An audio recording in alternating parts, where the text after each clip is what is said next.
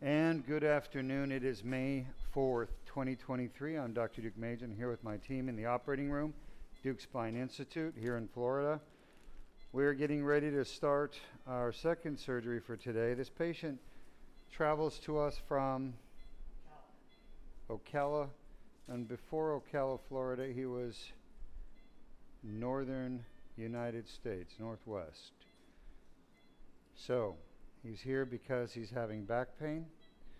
The back pain goes into his left leg primarily, but he's also got a big herniation on the right side at L5-S1 that's pinching his right L5 nerve root, which is going to be causing weakness in the right leg and eventually loss of feeling. But most of his symptoms are left-sided, and when you look at his MRI, he's got herniated discs at L3, 4, 4, 5, 5, 1, and L2-3, L2-3, 3, 4, 4, 5 on the left, and really bad 5, 1 on the right. So we're going to be fixing 3 discs on the left side and 1 disc from the right side. All of these surgeries are done transforaminal. We're going to be basically coming in through a hole in the side of the spine called the foramen. Trans means across, so transforaminal.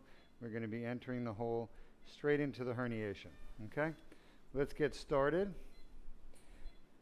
Why don't we show our audience while we're starting how do disc herniations actually cause back pain?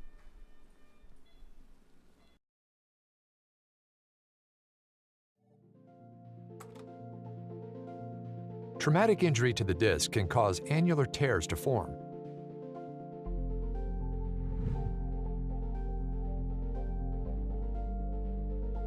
Pressure on the disc causes herniation of the nucleus pulpus through the annular tear. Inflammatory tissues develop within the annular tear, causing back pain.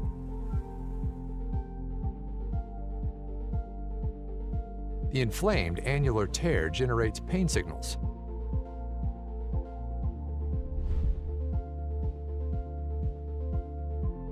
Additional injuries can cause symptoms to worsen.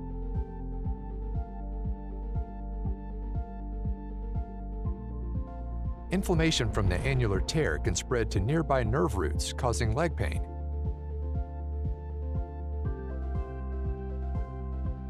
Signals travel up nerves to the brain, causing localized back pain.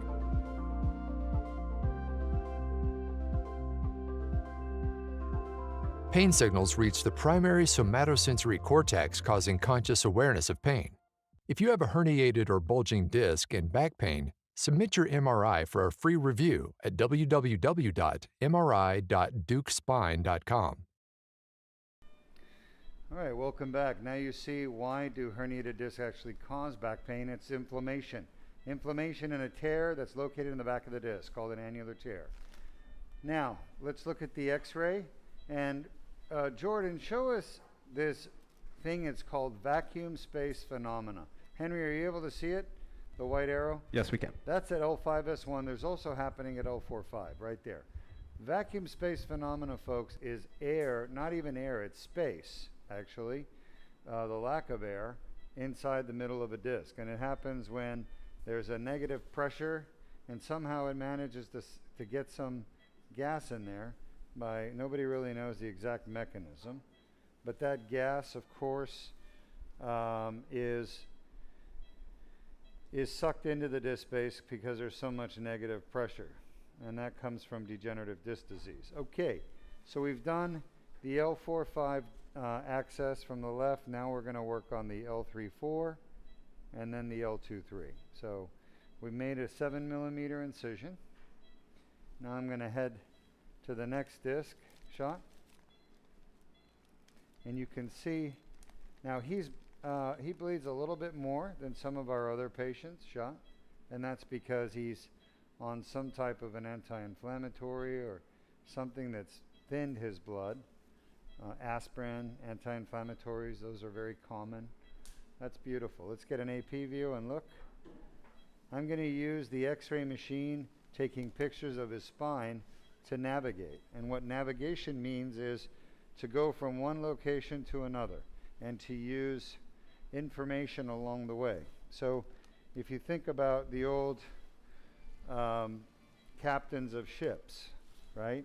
A long time ago, hundreds of years ago, they used the stars to navigate. They also used mountains and islands to navigate. So they used physical structures to guide their voyage. And they were looking for the most direct path. They were also looking to avoid crashing their ship and dying out at sea. But in spine surgery, we use navigational techniques as well. And for spine surgery, we're using the X-ray machine. That's the most reliable tool. But just like just like the captains used, the tool we're using is the X-ray machine. But what did captains use? Anybody know the name? It was a sextant, right? Hello? Am I right? Henry? I thought you were asking everybody. I truly don't know. It was like a compass for the stars, but I'm pretty sure it was the sextant. Anyway, look it up. So the captain used a tool called the sextant to navigate. We're using a fluoro. But it's not the fluoro that helps us. It's not the fluoro that we're navigating off of. We're navigating off the spine. So we use actually the spine structure to figure out where to go and how to get there. Okay? I was about to say Garmin. Just like a sextant would use, or they would use stars as the points, the physical points, we use the spine as physical points. But we use the fluoro to find them. All right, let's see where that is. I don't know if I can get to the last disc through the same incision. I may have to make a second incision on this side here. Shot? Yeah, I'm going to have to make a second incision. Because his spine, the way the shape is, it's not going to allow me to do all 3 discs with 1 incision. And again, what determines that is the alignment of his spine. It's his natural alignment. Everybody's alignment's different. And in his case, I'm going to have to go into a second spot. Let's get up higher to L2-3. So everyone agree we're doing left 2, 3, 3, 4, 4, 5. We've already accessed 3, 4, and 4, 5. We need 2, 3. And Jordan is helping me trying to line everything up. I think we're off on WAG by just a little bit, Jordan, maybe a degree or 2. So let's see if we can get that pedicle of 3 lined up better. So again, we're going to change there it's better. I think that's better, right? Yeah, that's better. And every little degree matters, folks, when you're navigating. If you're off by a few degrees, it could be really, really bad. Shot?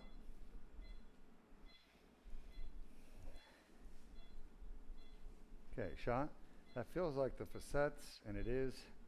We need to get around them, and we will. Shot. And this is the 2-3 I'm going for. This is the one that has a really bad left-sided narrowing in the foramen. Very close.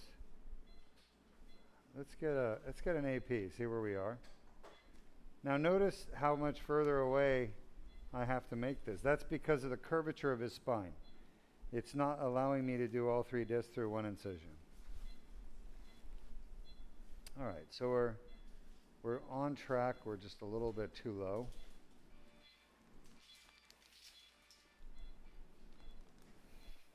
Hey, while we were there, let's show the audience something. Show them the dish, which is diffuse idiopathic skeletal hyperostosis. It's going to be on the other side, up at L1-2.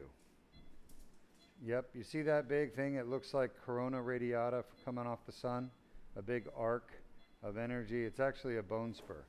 And it's part of a condition called diffuse idiopathic skeletal hyperostosis. It's totally benign. We don't do anything about it. We leave it alone. It's not causing any problems or symptoms. Okay. So, I think we're a little too medial. I'm going to start just a tad bit lateral. Shot. That's it? Yes, sir. Shot.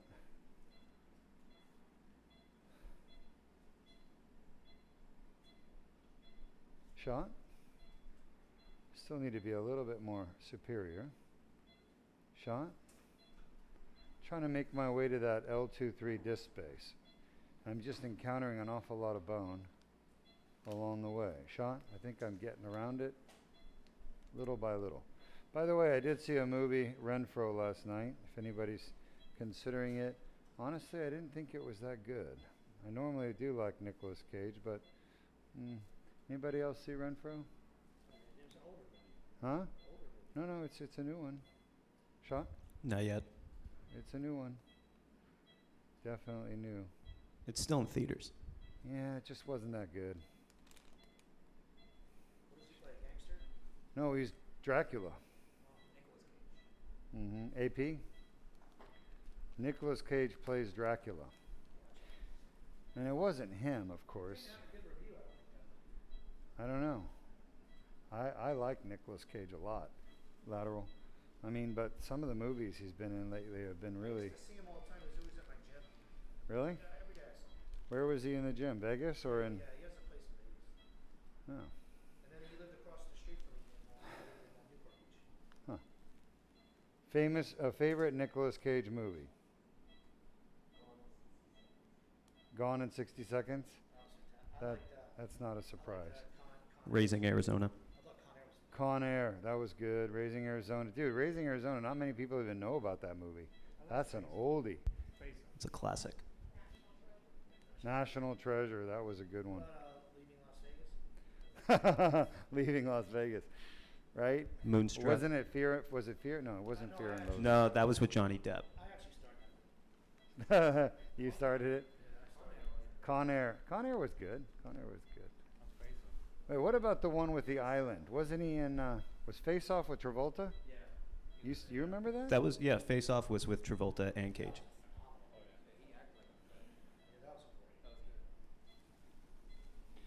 What was the one with the prisoners on the island? What was that place? Alcatraz? Wasn't he in that movie? The Rock. That, The Rock. I was going to say, Alcatraz was a Clint Eastwood. So many movies. All right. Okay, good. So at this point, you can see that we have to make 2 incisions on the left. We're going to do 1 on the right.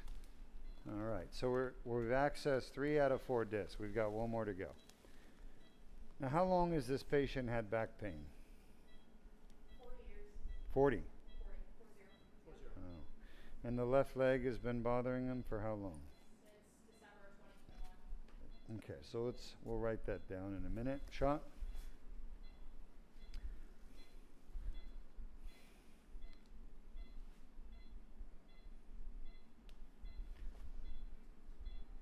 Jeez. Might be able to come a little bit higher. Shot. Wow. I'm just hitting every piece of bone you can ever imagine over here. Shot. A lot of bone spurs. That's interesting.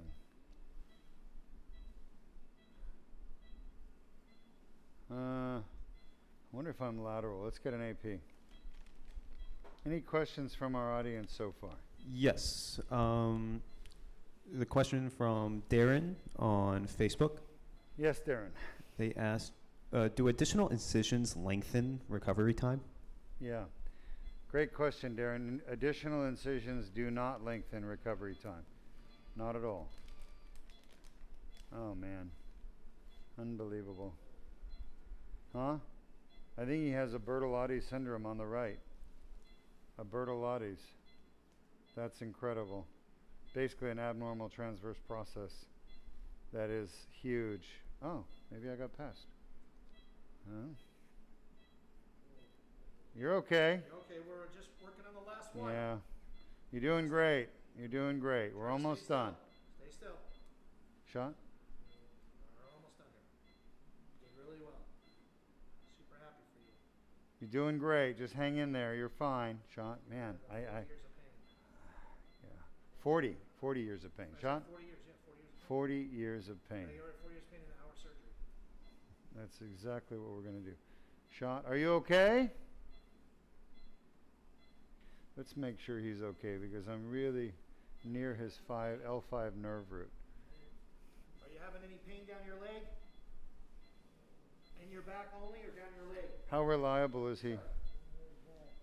Back only, you just said. Back only. Okay, guys. He's had lower back pain. We said 40 years? 40.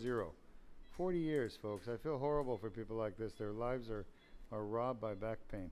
And he's had left leg pain for about 2 years, right? And but he's had the back pain for 40 years. Nobody's ever fixed it for him. It's a shame. Okay. Yeah, please. Yeah. All right. Is he reliable? Yes, we need Are these for all of them? Shot? switch the lights again. All right. So I'm heading into Thank you. the bottom disc. And it is, you can see the needle. Show us that needle. Jordan has done a phenomenal job of lining up the machine. Let's go AP. The X-ray machine, the fluoro machine to the spine. Remember, we just bought these machines. These are top of the line Siemens fluoro machines, best in the world. And they give us really beautiful pictures to navigate with. Looking good. You can see how he's more collapsed on the right side. There's a lot of bone over there. Definitely a Bertolotti's.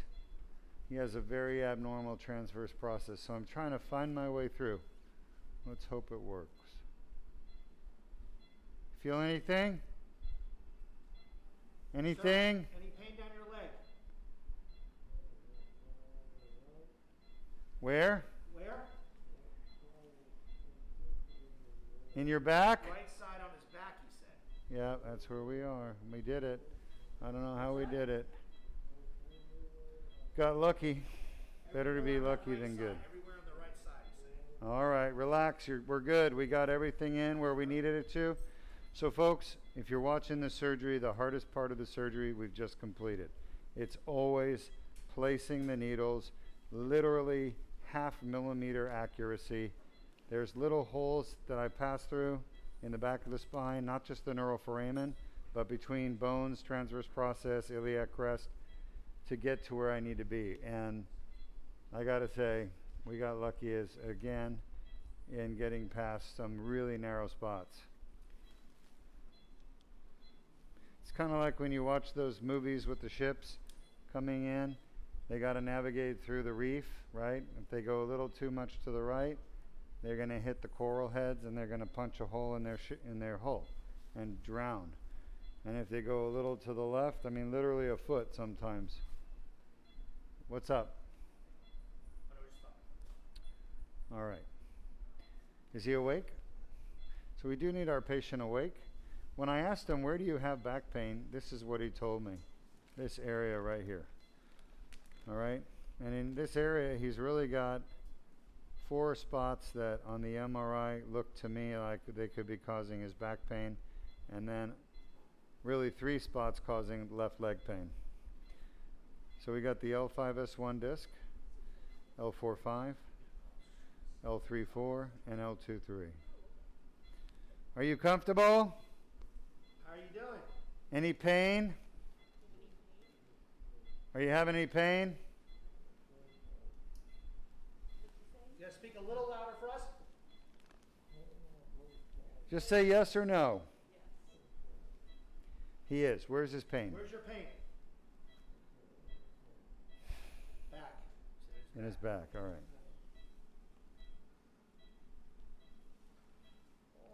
How bad is that on a scale of 1 to 10? How high did it go? 10. Is that where you get back pain typically? Is that where you get your back pain? Yes or no? Is that what you get back? Sorry, I gotta yell loud to you guys. You said yes. But I'm trying to talk to the patient, and he's underneath all these drapes, and he can't really hear me that well. There's some noise in the OR, so I do have to raise my voice. That is the L3-4. He had 10 out of 10 concordant pain. So we just tested one of the discs that we know are, but I believe are causing his back pain, confirmed it, 10 out of 10. That better? How bad is that on a scale of 1 to 10?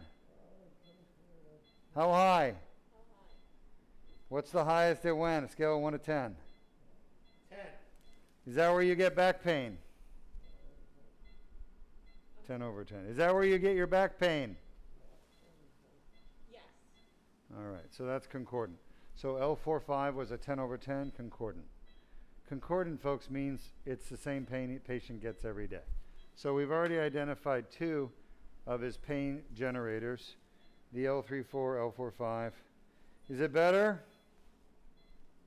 Any pain? All right, he's better. Shot?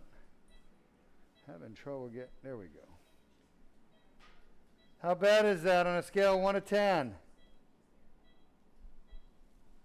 How bad is that on a scale of 1 to 10? What number? Huh? 10. You just 10. said 10. Is that where you get back pain every day? I'm sorry. Is that where you get your back pain? Yes or no? Yes. All right, so look at that. 2-3 was 10 out of 10. 3-4 was 10 out of 10. 4-5 was 10 out of 10. We basically hit the jackpot on where is the pain. All right, now that's like getting 3 out of 3 lottery ticket numbers right. But honestly, it's not that hard if you know what you're doing. Kind of knew that the discs were the cause of the pain. Is that better? All right, we're going to put you to sleep in a moment. How bad is that on a scale of 1 to 10? 10. Jordan, show us the x-ray. Hey, Henry, show us the x-ray. Look at the tear in the back of 5-1. Huge tear. Show us the tear, top to bottom. It's the black thing. There it is. It's gigantic. Big tear in the annulus. Herniation. Show us the herniation, the black stuff. That's the herniation, folks. All right. When he wakes up, his leg pain should be gone. His back pain will be gone. He's going to be a happy camper. I just checked on the last surgery patient who we did earlier. He's already leaving, and his pain is basically gone. He's very happy. All right, we'll start here at, I guess, L4-5. Any questions? No current questions, but we do have a comment from Canes25 on YouTube. Oh, my friend. Yep. And he says, Cage is the best when he plays psycho crazy roles with those eyes. Yeah, right? Yeah, you're right. You're right. He did another one. One of my favorites is Bangkok. What's it called? Bangkok something. Bangkok Dangerous, maybe. All right, Num Num. I'm looking it up. I think it's Bangkok Dangerous. I love that movie. That's a really good Cage movie, and he does go crazy in that movie. You are right. Bangkok Dangerous. If you haven't seen Bangkok Dangerous with Nicolas Cage, check it out. And he also did Lord of War, didn't he? Yes. Wow, I forgot about that movie. That's a good one. It's amazing. Really good one. Yeah, Cage is amazing. But some of his later movies have just been garbage. Now, I've seen some weird ones. I like them, the one with Morgan Freeman. Yeah, he did one with Morgan Freeman, right? That was like a drama? A drama? Wasn't it a drama he did with Freeman? I think so. Let me check. He did one that's called The Color of Space. That is recent, a couple of years ago. It was just so bad. Holy God. You know when you have like a Apple movie account and you buy these movies and then some of them are so bad you're like, I wish I could delete them, and you can't. Apple doesn't let you delete movies. I mean, if somebody knows how to delete movies from Apple, let me know, because there's a couple I want to get rid of. Yeah, they're so bad. Oh, did you hear that suction? That was pretty cool. A little vacuum space thing going. Not the color of space, but the vacuum of space. So here we are again, kind of doing the same thing. For those of you who have come here many times to watch, you see we do the same surgery over and over again because it works. I could literally take 100 million people with chronic back pain in the world, put them on this operating table, and do exactly the same surgery. Now, of course, depending on the side of the disc and the disc levels, that would change, but I would do the same exact treatment and all their pain would go away. We could cure everyone's back pain with this treatment, or the Duke plasma rhizotomy. Looks like we got a little cold welding going on. Oh, that's better. All right, we're in. Let's get the dilator out. The reason is because we have discovered the source of back pain. And we're targeting it with the laser to clean it up and get rid of it. And that's what we're going to do for this gentleman.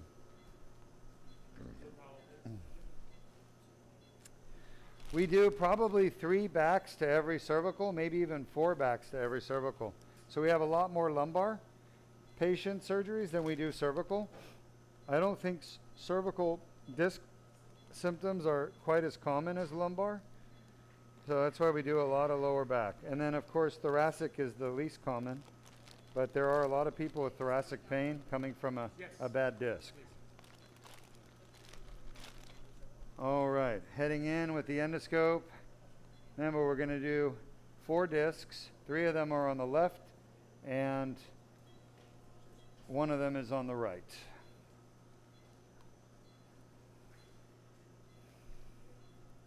By the way, again, this is the second surgery today that's a 4-level disc. Okay? We did a 4-level on Tuesday, but we didn't do Duke laser disc repair. We did a fusion. For those of you who were able to watch that surgery, if you weren't, you're welcome to watch it on YouTube. Just look back a few days on our YouTube channel and you'll see the lumbar fusion. It's a 4-hour surgery, so I'll warn you, it's a long one. And that would be the alternative treatment to what we're doing right here. I don't know anybody who really wants that. Surgery done instead of this. This is a much better option in my opinion. But like I said the other day, that patient chose a fusion for reasons unknown to me. But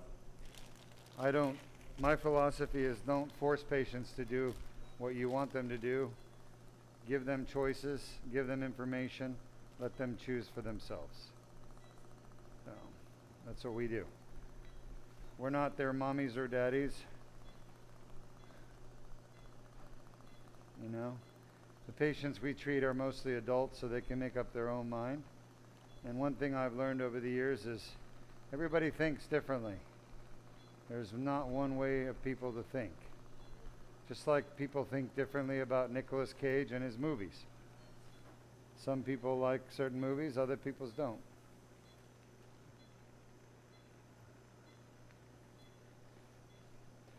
All right, I'm going to pull back a little bit. And you can see the tear right there in the annulus. And that's where his back pain's coming from. A little bit of inflammation there on that piece of white annulus. You can see the pink color, right? You guys all see that? Yes, we do. Pink, blue, and white. That's mostly what we see here. A little bit of orange when we hit some calcium deposits, some bone spurs, basically dystrophic calcification. But there's your tear. Look at that inflammatory tissue. You guys see it right there, huh? Henry, you got pretty good at seeing it. Yes, we do. It's in every single patient with back pain from a disc. You're going to have that pink stuff. It's just a matter of whether we see it clearly or not. Okay, let's run the video on how does the Duke laser disc repair actually eliminate people's back pain. How does it work? We may have already ran it, but let's run it again. Disc herniations are a common cause of chronic back pain.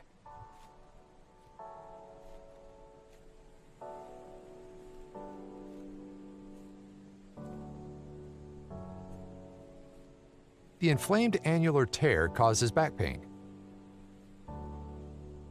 Inflammation of the nerve roots causes leg pain. A Band-Aid-sized skin incision is made.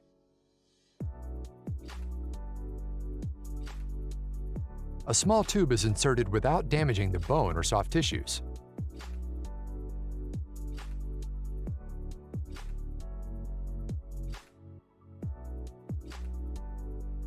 The laser removes the herniation and debrides the annular tear. The annular tear heals on its own.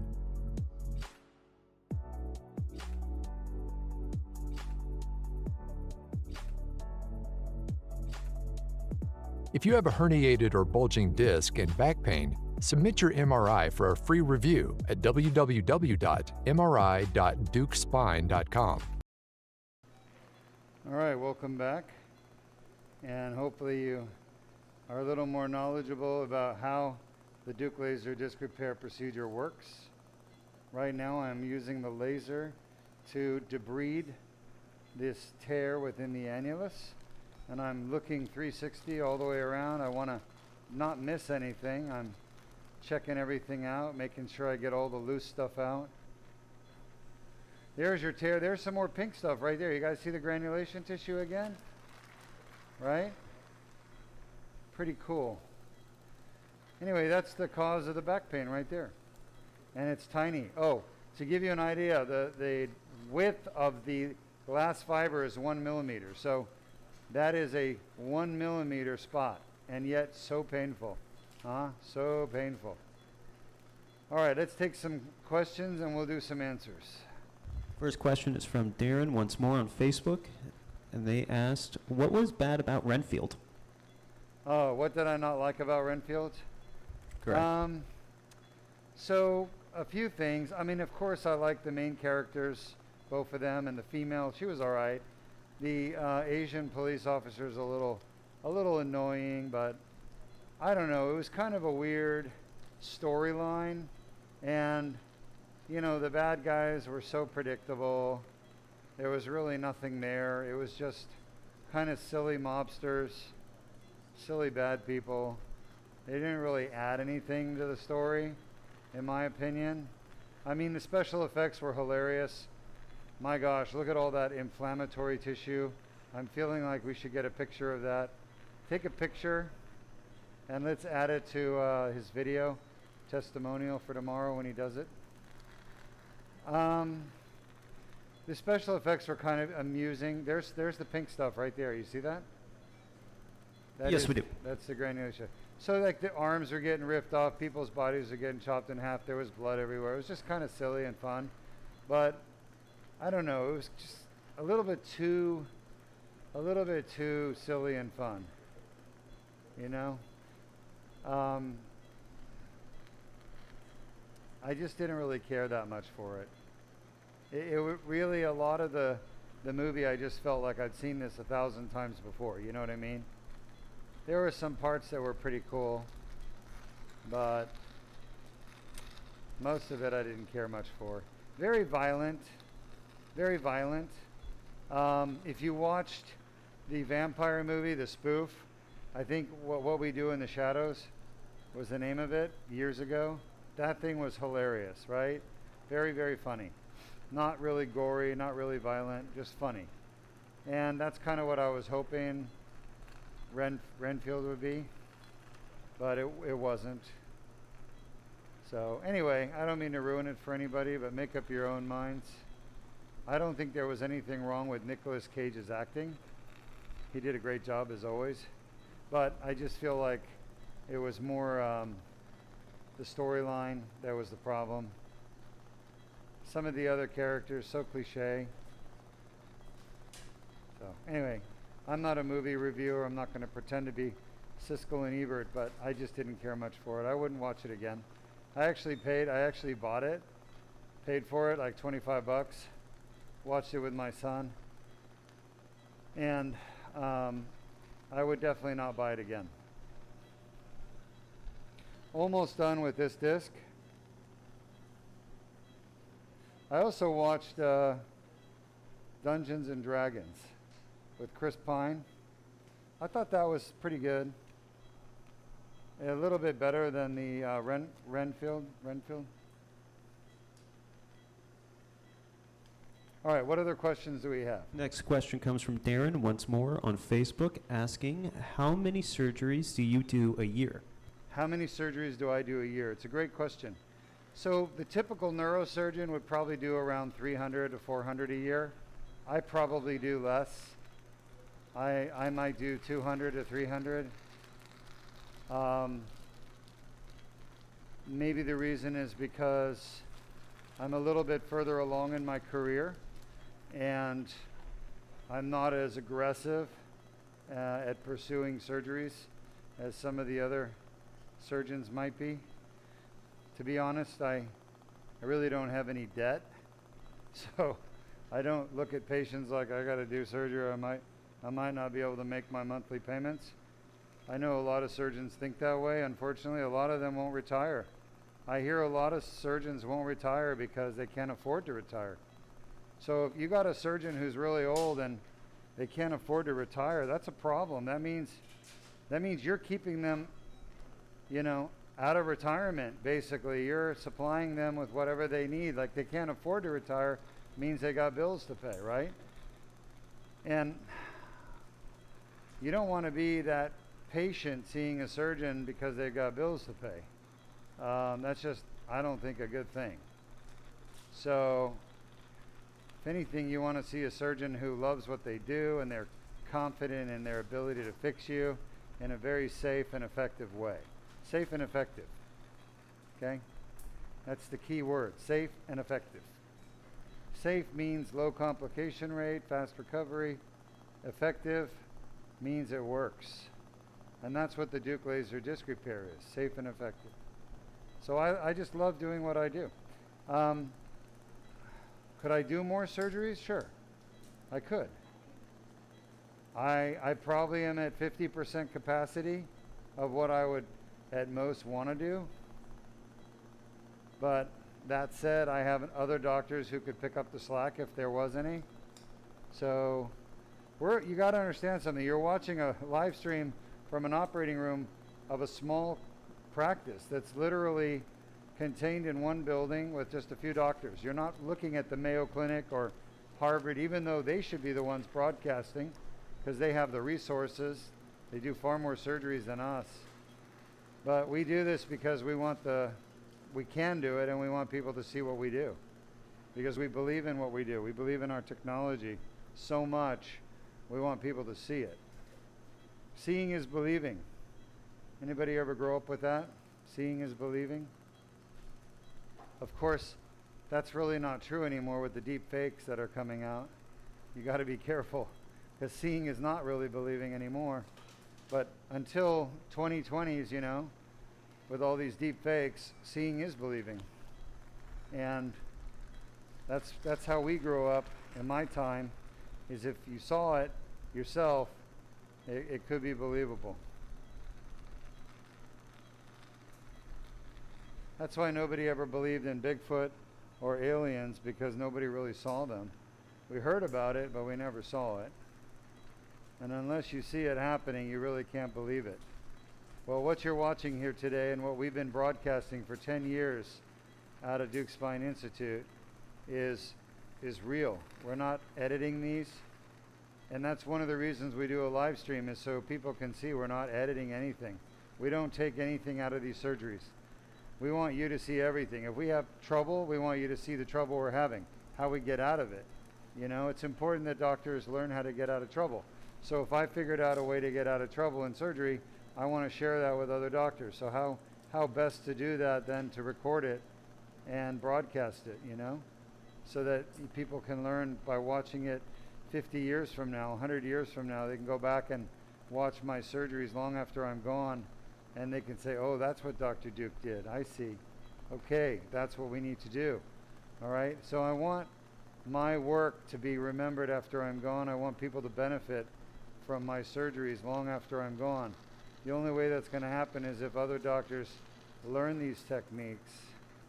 And the only way that's going to happen is if patients demand it. If patients demand less invasive, better surgery, then their doctors will have to provide it. They'll have to respond. Okay? But you guys have to drive that demand. I can't do it. They don't care what I think. They're going to keep doing invasive surgeries until you guys stop them. You guys are the patients, of course. All right, just about done here. Well, we got a few more to go, so don't get too excited. But that's all the herniation at this level. You can see the clean tear right there. Watch enough of these, you see what I'm talking about. Any other questions? Yes. Next question comes from Canes25 on YouTube. And they asked, If I'm not mistaken, did you say you did surgery on your mom? If so, how's your mom doing? Yeah, I did say that, didn't I? You caught that. Somebody's paying attention. Well, after the fusion 2 days ago, I did surgery on my mom. My mom is a frequent flyer here at Duke Spine. What I mean by that is I've done her carpal tunnel, I've done her neck, and then she's got back pain, so I did a Duke plasma rhizotomy on her back for back pain, and it's 100% gone, her pain. So she's very happy. And she has no more back pain. So, yes, I did. Actually, I've done surgery on a lot of my family members over the years because they don't trust anyone else but me. They come to me. My brother's also a neurosurgeon, but she didn't go to him.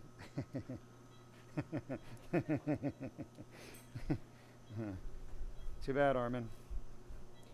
I mean, I honestly don't know if that's good or bad because I don't get paid for my work on her. So maybe my brother's laughing at me right now, right? Since I'm the one actually who's paying for her surgery. But yes, I did a Duke plasma rhizotomy for facet pain. It's 100% gone. She's rubbing it in my face a little bit because I thought she had some disc pain as well.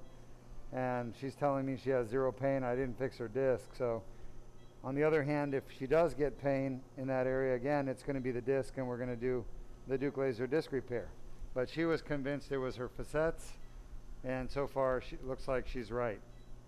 Hey, patients know their body the best, right? Okie dokie. Yeah, she's 80 years old, by the way, in case you're wondering. The whole world should have moms as nice and classy as yours. Oh, thank you. You're very sweet. It's actually a pleasure to work with. Yeah, she said all the nurses here are the best. She said that? Oh, yeah. She said everybody here. She said all your people working there are literally the best. And she's been coming here for years, so she knows everybody. All right, we need injection, num.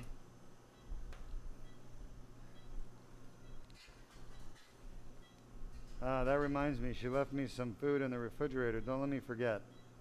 All right, guys, remind me. She left me some basturma. Anybody know what basturma is? It's an Armenian meat. It's cured like meat, steak, basically, surrounded by cumin, a preservative, cumin, and it's a red paste.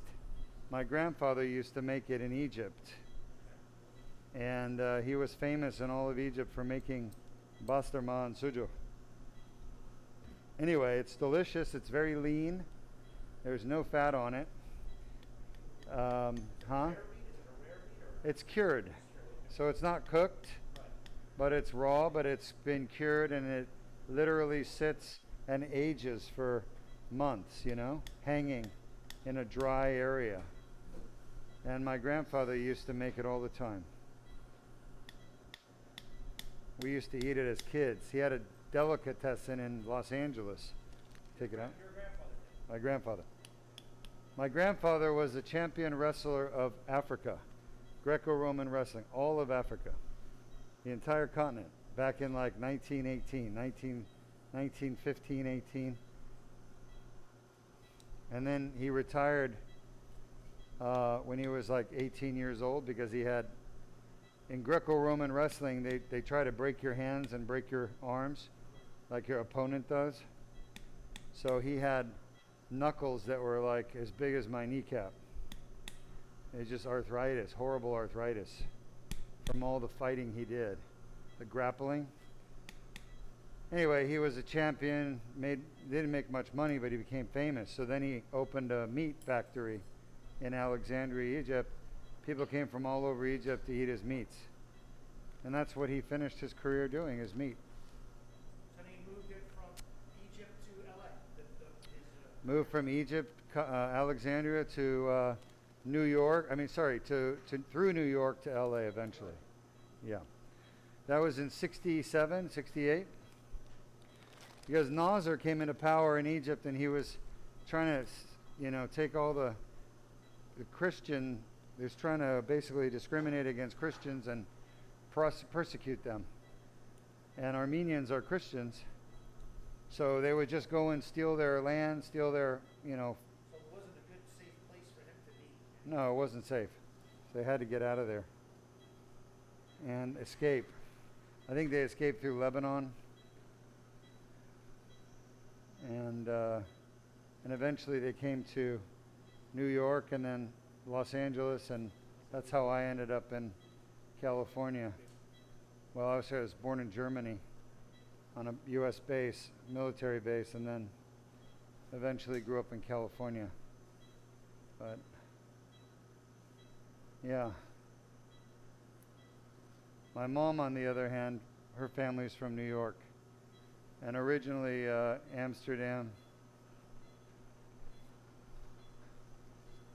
So, all right, what other questions do we have, Henry? Next question comes from Darren, once more on Facebook, asking, do you have a patent on DLDR? Do I have a patent on DLDR? I do not have a patent on DLDR. I do have a patent on the name, Duke Laser Disc Repair. I have a patent pending on the Duke Plasma Rhizotomy.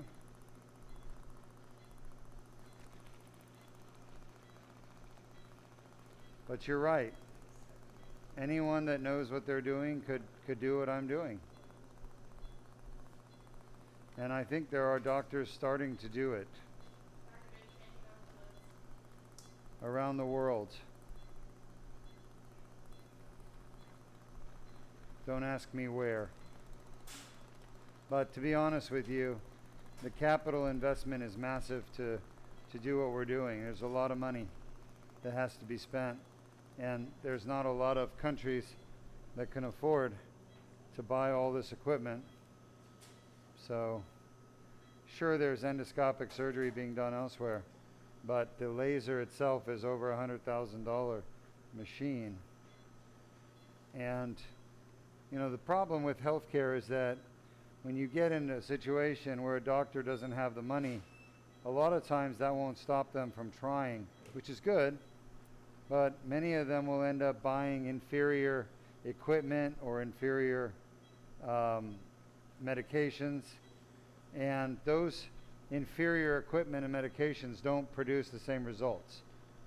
You have to have exactly the right equipment, exactly the right medication, exactly the right supplies. And anytime you deviate from that, for whatever reason, availability, finances, then you're going to have potentially different results, right? If you're making pancakes and you use milk, and your pancakes are wonderful, and you run out of milk, maybe you can use water or soy, but I guarantee you those pancakes aren't going to be the same. So, you know, people, unfortunately, and even in healthcare, that's a disc herniation, by the way, they'll cut corners because they don't have access to certain things, and it changes the outcome. But that's also how good things happen too, right? Better results could potentially come about as a result of those kind of changes. So I'm not saying don't do it. I'm saying think about what you're changing and make sure that it's not going to compromise the quality of the outcome, that it's going to not going to make it worse for the patient, right? Because you don't want to have a bad outcome for the patient. Patient trusts you. They want you to make decisions for them that are in their best interest. And if you're cutting corners for financial reasons and they suffer as a result of that with a bad outcome of surgery, then you failed your duty as a doctor to the patient. And that's not acceptable under any circumstance. The reason I personally don't provide certain services to patients because I'm not capable of providing them the very best care. For example, if you had a brain tumor and you came to me, I would say, I'm not comfortable doing that brain tumor. I'm going to send you to somebody who is. And that, what I'm really saying is I'm not the best person for you to do your brain tumor surgery, even though I'm a neurosurgeon. I'm perfectly capable, trained, I know all the steps, I know it needs to be done, but I don't remember the nuances, and I don't have available the best equipment right now for brain surgery. Okay, I have the best equipment for spine surgery, but not brain surgery. So if it was me, I wouldn't want my surgeon to do surgery on me if they couldn't provide the best care, right? So I think doctors owe it to their patients to be honest about that. And if they're not able to provide the very best care for something, they should offer to refer the patient elsewhere. Of course, emergency is different. If somebody's dying and you're the only one available, and you have to provide that service to the patient. Great questions. Next question comes from Darren, once more on Facebook. And he asks, does nutrition play a role in spine pathology? Does nutrition play a role in spine pathology? Great question. I would have to say today, I don't believe it does. Of course, I don't know exactly what you're asking, but if you're saying, if you're fat, do you have more spine pathology? The answer is no. If you're asking, if I take this supplement, will I not have spine pathology? The answer is no. There are no supplements I'm aware of that eliminate or prevent spine pathology that would need surgery. Huh? Back in the old days, they always said that smoking caused desiccation, triggering annular tears. Yeah. I don't think that's true. I think it's been disproven, right? Yeah. So Dr. Berndes is saying they used to have a lot of rumors about spine and nutrition. For example, smoking or obesity, but those are all rumors, okay?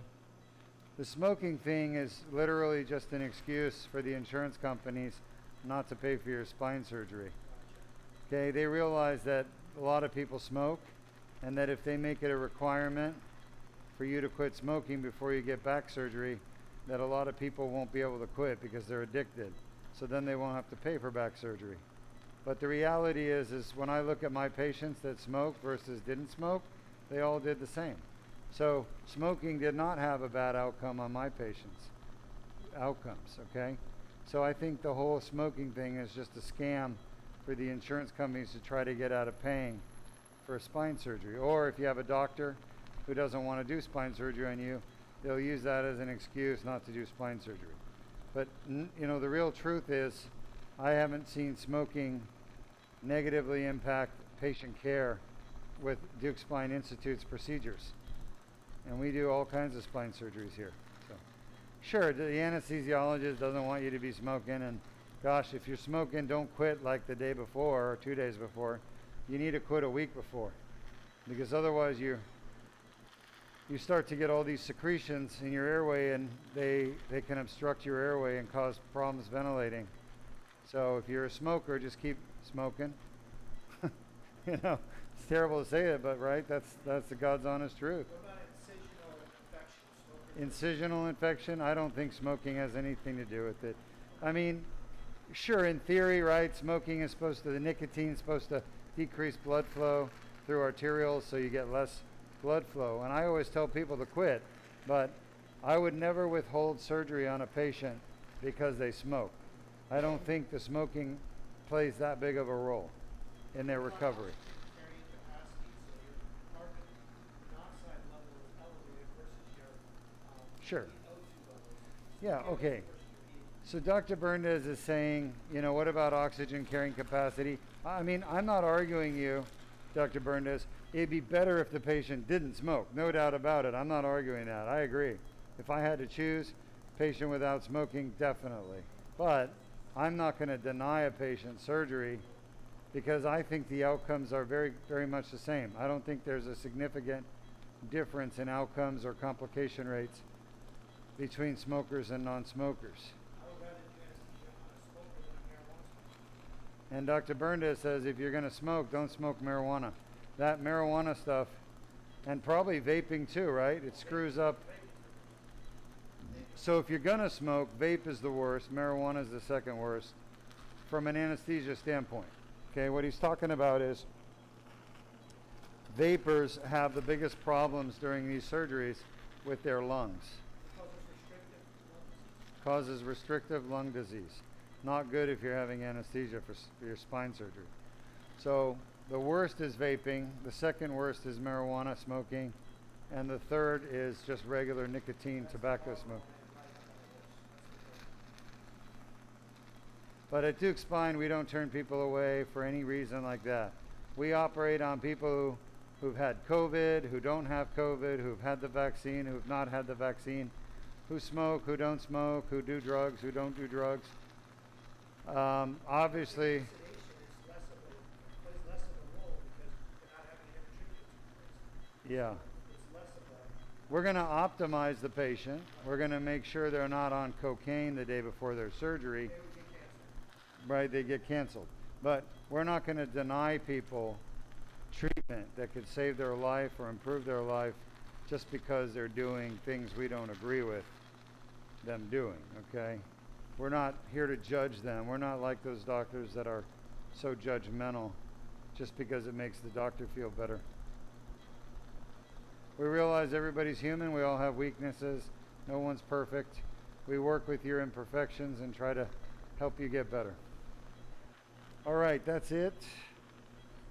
It's kind of nice having something to talk about because then I don't have to think about this surgery. All right, I'm going to get a little bit more of that annular tear right there, and then we're done. At this level, we got 2 more to go. Tell me about the last surgery, guys and gals. Thoracic TA. Thoracic. Single level. Single level thoracic. Wow. Pretty cool. From Brazil. From Brazil. Oh, yeah. Oh, yeah. So the next surgery is going to be a thoracic DLDR.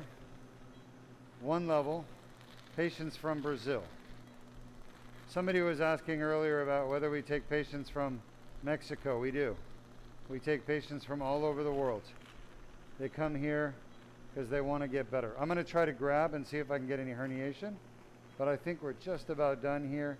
Can see the epidural space, and it looks pretty darn good. I don't see any more herniation there. And this was the side that he had his worst pain, his left side. I just got a little vein there, no big deal. I don't see anything significant, so we're done. Lights on, please. Any more questions, Henry? No current questions, but we do have a comment from Darren, once more on Facebook, saying a surgeon in SoCal claims to do the same surgery, but I noticed he had a lot more blood loss than your surgeries. Yeah, I'm not sure what the surgeon in Southern California claims. I could probably tell you who it is. Dr. John Chu? Or if it's not Dr. John Chu, it's going to be, give me a second, let me just think. Forgot his name. I know him though. The one I'm thinking about bounces around quite a bit. But I have a feeling it's Dr. John Chu. If it's not John Chu, what is his name? All right, tell me his name. Here's some herniation, by the way. So for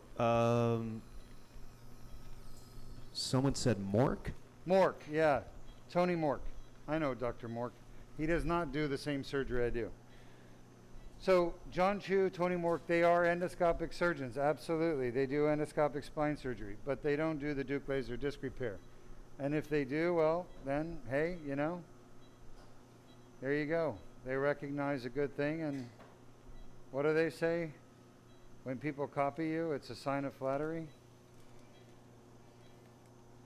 It's a compliment. What's the saying, Berndes? Imitation is a sincerest form of flattery. There we go. So I know Dr. Chu, I know Dr. Tony Mork. They do endoscopic, but they don't do what we do here. And the results are not going to be the same. So I would personally would not go to them for a lot of reasons. I don't want to get into it, but I don't even know if Dr. Chu is still practicing. I heard he got into a lot of trouble with some very bad results. I can't say specifically because I don't know how much of it's public. And of course, Dr. Tony Mork, I've known him for years. And you know, I'm entitled to my opinion, but Dr. Mork should have retired a long time ago. Don't mean to be mean or callous, but I'm just being honest with you. All right. Gosh, I remember thinking probably 10 or 15 years ago,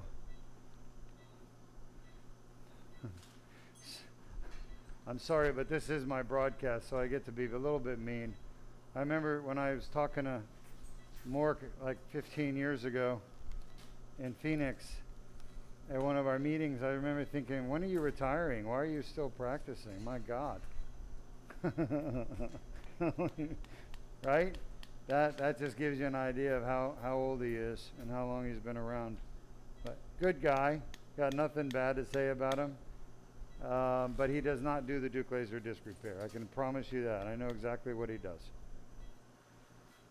Okay, 5, 4, 3, 2.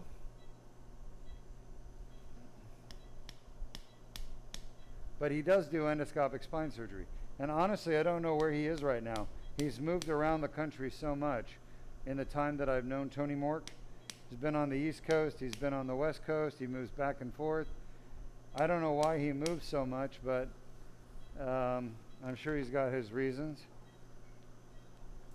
I actually stay here in Florida. I've been here for 20 years now. If you want to find me, you know where to find me. I'm right here. Darren said yes, it's Dr. Chu. Dr. Chu, yeah, John Chu. Yeah, Darren, I don't think Dr. Chu is practicing anymore. I think they took his license away, but I don't want to say anything other than that, okay? They also took Dr. Bonatti's license away a month ago over here in Florida, spine surgeon. The Board of Medicine came and took his license away for doing bad things. So a lot of spine companies come and go. What I find is the ones who provide great care for the patients typically stay, and the ones who are doing some bad, questionable things typically go. I think Dr. Chu was a pioneer in his time. I don't know if you've ever seen him or met him, but he's one of those that honestly retirement wouldn't be such a bad thing. You know, he's much older than I am, and I'm not saying because of his age or anything, but maybe his performance has decreased as a result. I don't know, of some medical issues, but I do know that I think he's out of business. So, as a matter of fact, John Chu was practicing in Thousand Oaks, California, which is my hometown. I came from Thousand Oaks. I grew up there in the 80s. Beautiful, beautiful place. I miss it terribly. The Oaks Mall. I grew up over there in Lynn Ranch, just minutes from the hospital. My dad was on staff at the hospital, Thousand Oaks Hospital, and Simi Valley and Westlake. 3 hospitals my dad worked at. He delivered babies back in the 70s and 80s. Then I ended up going to UC San Diego, so I moved to San Diego for college, and then Los Angeles for med school, and then Florida for neurosurgery training. Dr. Chu has been in Thousand Oaks for many, many years, and I've seen him at meetings, and honestly, I admire the fact that he wants to improve spine surgery. Any spine surgeon that puts patients' needs ahead of theirs is a good doctor, in my opinion. It's just, unfortunately, it's not easy to navigate all the regulatory issues in healthcare. Not easy for anybody. We're always all looking over our shoulders, wondering what's coming from the government. What are they going to do next to make it harder for us to take care of patients, right? I think the government's starting to realize they need to play more of a supportive role to doctors rather than an adversarial role. The people that are harming patients the most today are insurance companies. Declining reimbursements in both ways. Declining and declining. Okay, any other questions? No current questions, but we do have a comment from Brian on YouTube. Before you say that, by the way, if you're noticing, I'm going in with the metal grabbers and I'm grabbing out little chunks, right? Those are all pieces of herniation. Those were in the foramen, causing foraminal stenosis, and now I've used my dilator and I've shoved it through the herniation, pushing it back into the disc. So I'm inside the disc right now, taking those pieces out.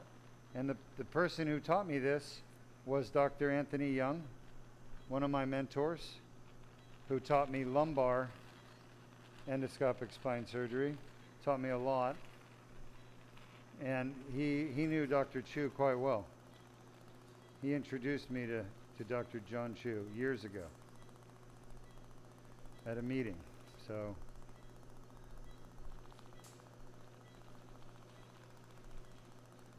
all right, go ahead. From Brian. From Brian, they said Mork was licensed in Florida, I believe. Yeah, like I said, Dr. Mork literally jumped around to the West Coast, East Coast. He's moved around quite a bit. I don't know why. I couldn't really answer that for you. I never got a straight answer from him. But he's definitely moved around, which is not necessarily a bad thing. It's just not typical for surgeons to jump around different locations, but it does happen. You know, family circumstances, personal circumstances, whatever. Yeah, I don't think he had offices on both coasts. I think he actually switched businesses, practices. There may have been other reasons. But I would just be speculating.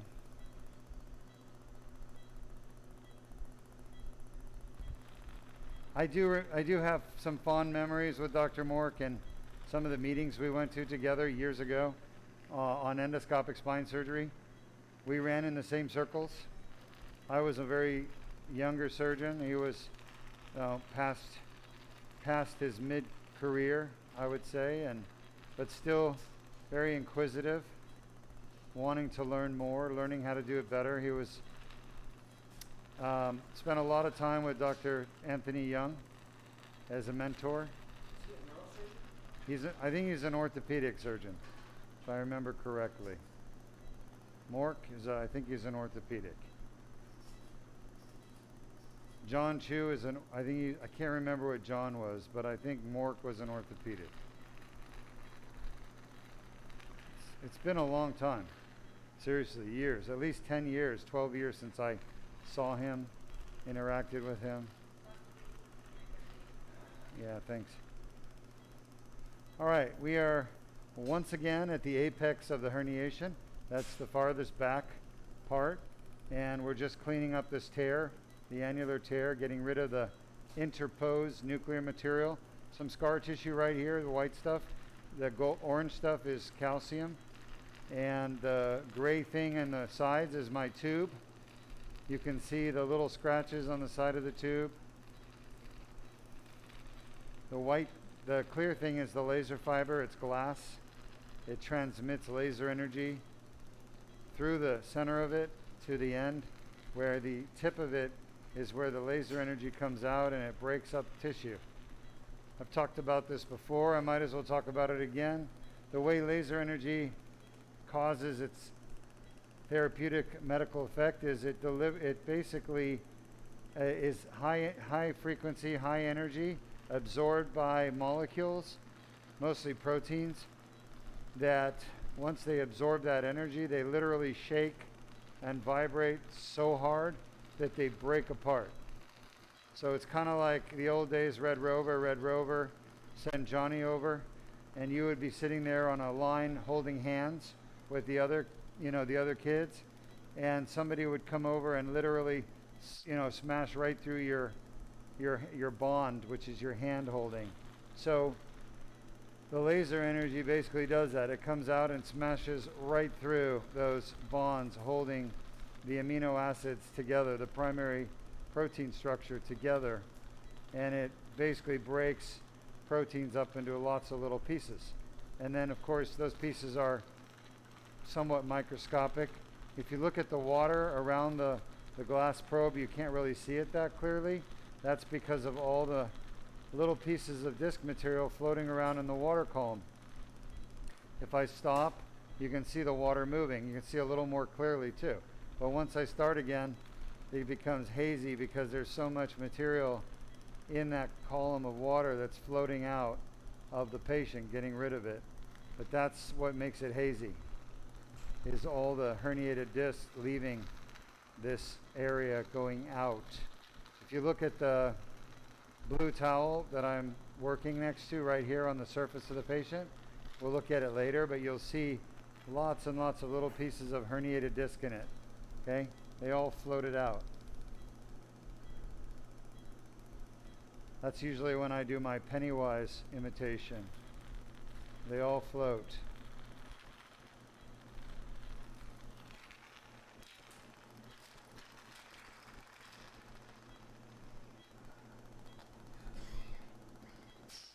This is a piece of herniated disc too. The blue stuff is degenerated disc. It stains blue because it is acidic, A-C-I-D-I-C, acidic, pH less than 7.4. And the reason it's acidic, it's not normal for it to be acidic. It's that way because of the effect of inflammation for years, changing its chemical composition and making it more acidic. Therefore, by the time we get here and put some blue dye in it, the blue dye binds to all the acidic side chains, proteoglycans. Okay, just about done. We're at the back of the disc, totally at the back. We'll finish up here and then we'll move on. This is one of the worst stenosis areas.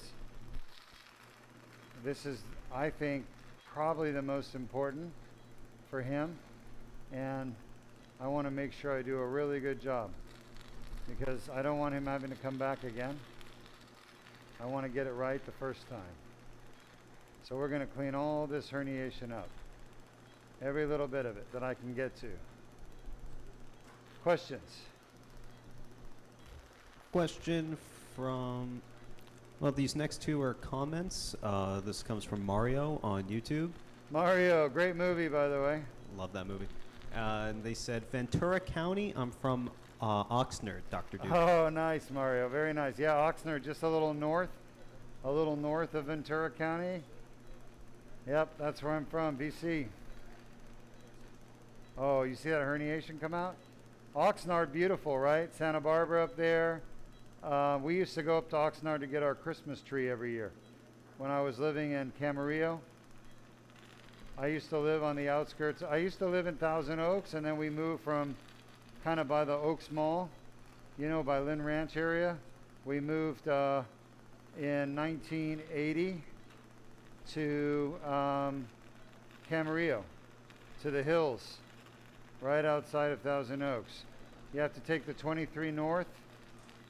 I think the exit was Lynn Road, and then I would take those roads over there and get up to my house. We used to have a beautiful view of Oxnard from our hill off of Priscilla Road. Prescilla, like Priscilla Presley. So we used to live at the top of the hill there overlooking the entire Oxnard Valley and out to the ocean by Santa Barbara.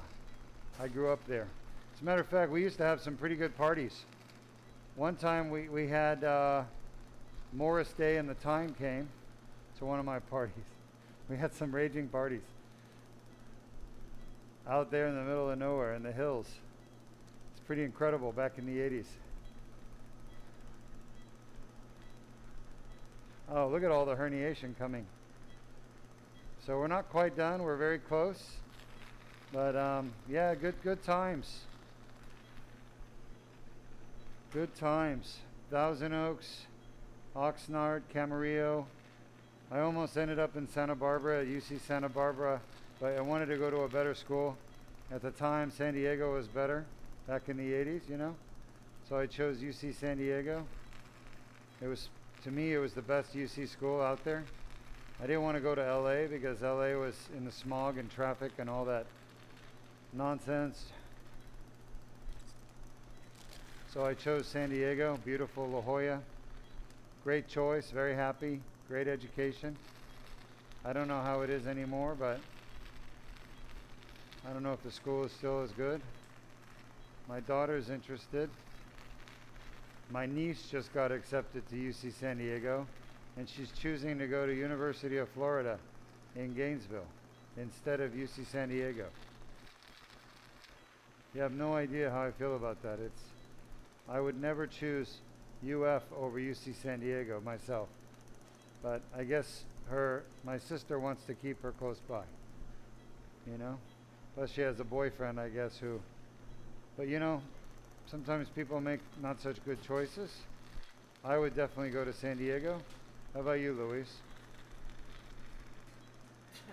Luis would go to San Diego. Huh? You would choose San Diego, UC San Diego, right? Luis is like starting to doze off, right? Luis would love San Diego. Oh my, it's not party, it's just so beautiful. Clean, healthy, the beaches, oh my God, the sun, the weather, it's so perfect. The problem is San Diego has too many neurosurgeons. When I was looking, what am I going to do when I graduate? I was looking at San Diego, they have one neurosurgeon for 20,000. You're supposed to have one neurosurgeon per 100,000. And they had 5 times too many neurosurgeons. And the neurosurgeons that I knew that were working in San Diego, they were living in apartments and they were very poor. I'm like, I don't want to live in an apartment. So my wife said, let's just live here. Let's have my parents take care of our babies so we can work. That's what we did.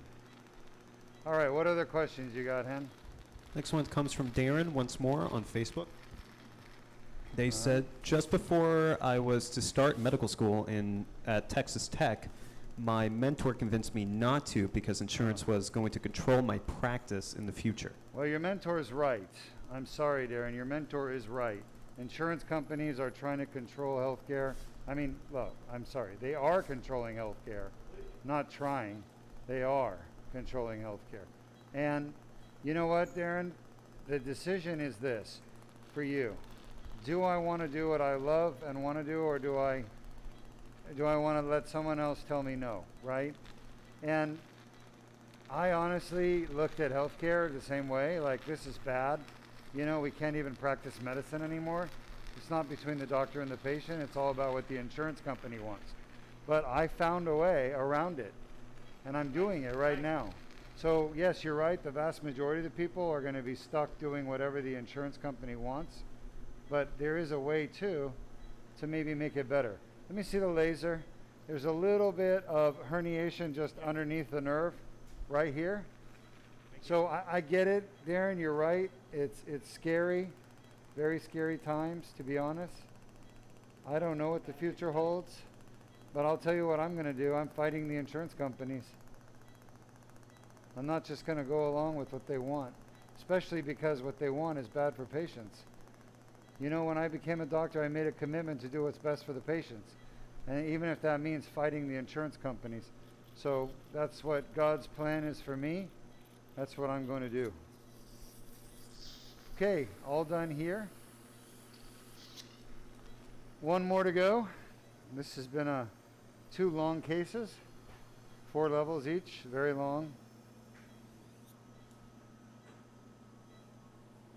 But I hope you do find something you enjoy, Darren. Maybe you can consider physician assistant. I don't know if you've thought of it.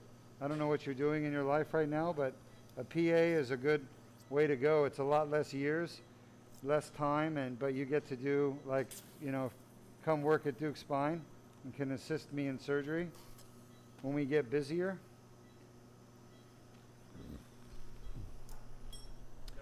Physician assistant's not a bad job. Oh, by the way, can you see this here, Henry? Remember we were talking about how the laser breaks up the disc into lots of pieces? Yep.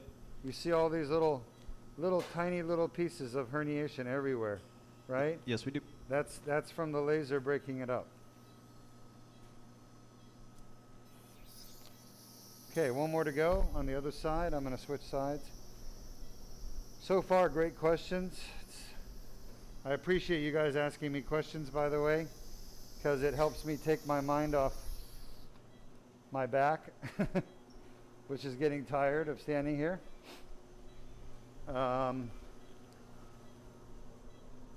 And I enjoy teaching. I've been teaching ever since high school. I love teaching people.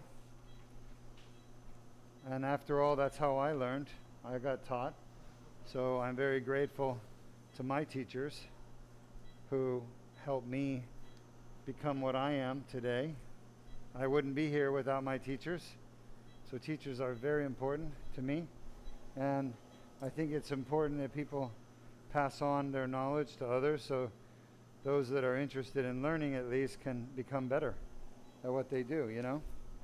So I wish you luck, whatever you have decided, Darren, in your life. And if you do decide to stay in healthcare, come to Duke Spine. We love people who are passionate about healthcare.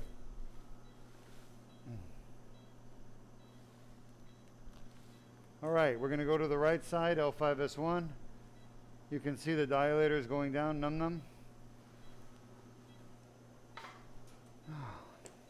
Probably another 10, 15 minutes, hopefully. I'll take more questions if you guys have them.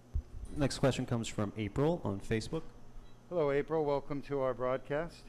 They asked, do you have any experience with PEMF for this type of injury, and do you ever recommend it for the healing process? PENF. I must say, I'm not that familiar with that acronym. PENF. Do you know what that is, Shot? PEMF. PENF.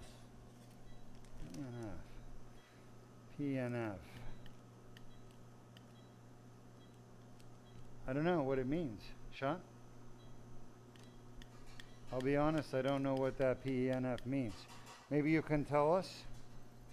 I probably know what it is once you explain it to me, but Shot? But I'm not really sure what exactly you're talking about. I think it's pulse electromagnetic field therapy. Ah. Okay. Okay. Well, you may not like my answer on that one. I don't believe in that technology, but I could be wrong. Could be a good technology. Yep, that's what she said. Pulse electromagnetic frequency therapy. Yeah, I'm not a big believer in that. I don't think that works. But like I said, I don't know everything. I'll be the first to admit it. Shot? There are lots of things in healthcare I don't know enough about, and I have to admit that's probably one of them. It could be that it works, but I have never seen any evidence that it does. Yes, I've heard of it. We don't perform it here. It does help with some bone healing, but that's the only thing I'm aware of it helping with. And we do use it for bone healing when we're doing fusions, but I don't use it for treating disc problems like this. Let's see where we are. Well, there's a lot of abnormal bone here. Okay, we're good. It's pushing me laterally, so we're going to have to see where we are. I don't know if we're able to get into the disc. We're definitely on the side of it, and we're definitely near it, so we'll see. Endoscope on. We have another question. Mm-hmm. I can see. Yeah, that's perfect. We're definitely inside the disc at 5-1. Go ahead. Take the question. This next question comes from Nucleus on YouTube. Oh, I love it. Nucleus. That's so cool. They said, "Hello, Dr. Duke. Do you know the story behind why Dr. Anthony Young ended up using endoscopic for spine surgery? I looked up Dr. Anthony Young in the past because of your videos." Yeah, I believe I do, but you can share your story with us. I'd love to hear it. Dr. Young is a friend of mine. I talk to him all the time. He trained with Dr. Parvis Kambin. Dr. Kambin is the first to do the transforaminal endoscopic surgery.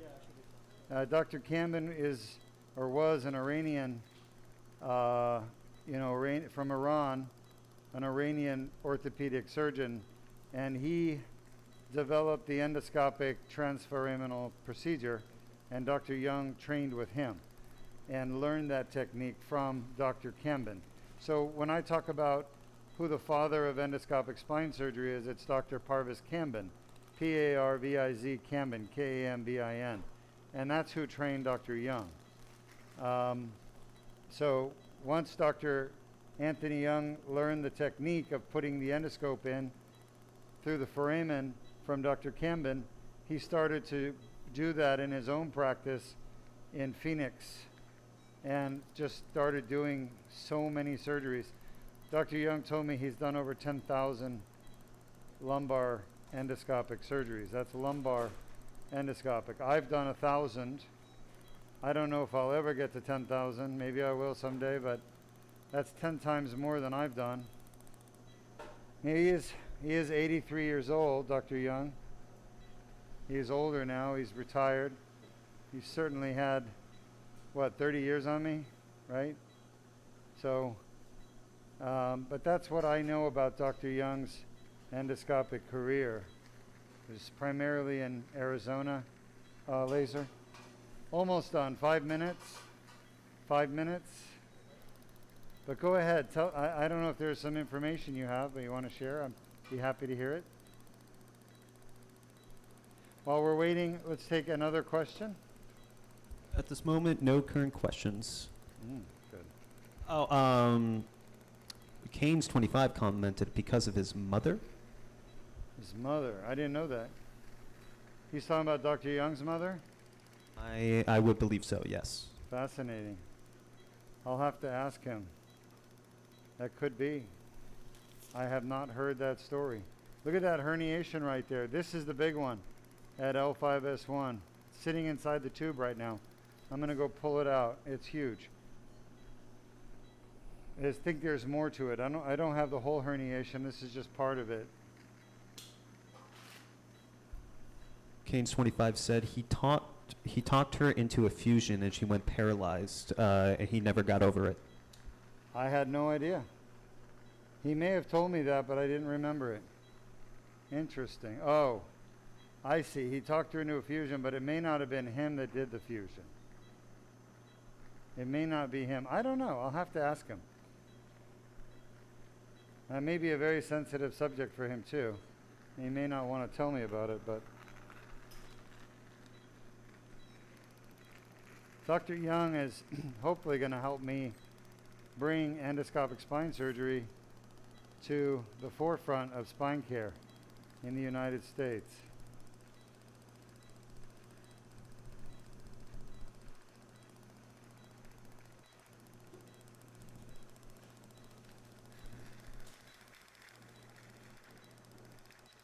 You may not realize it, but his work is not yet done.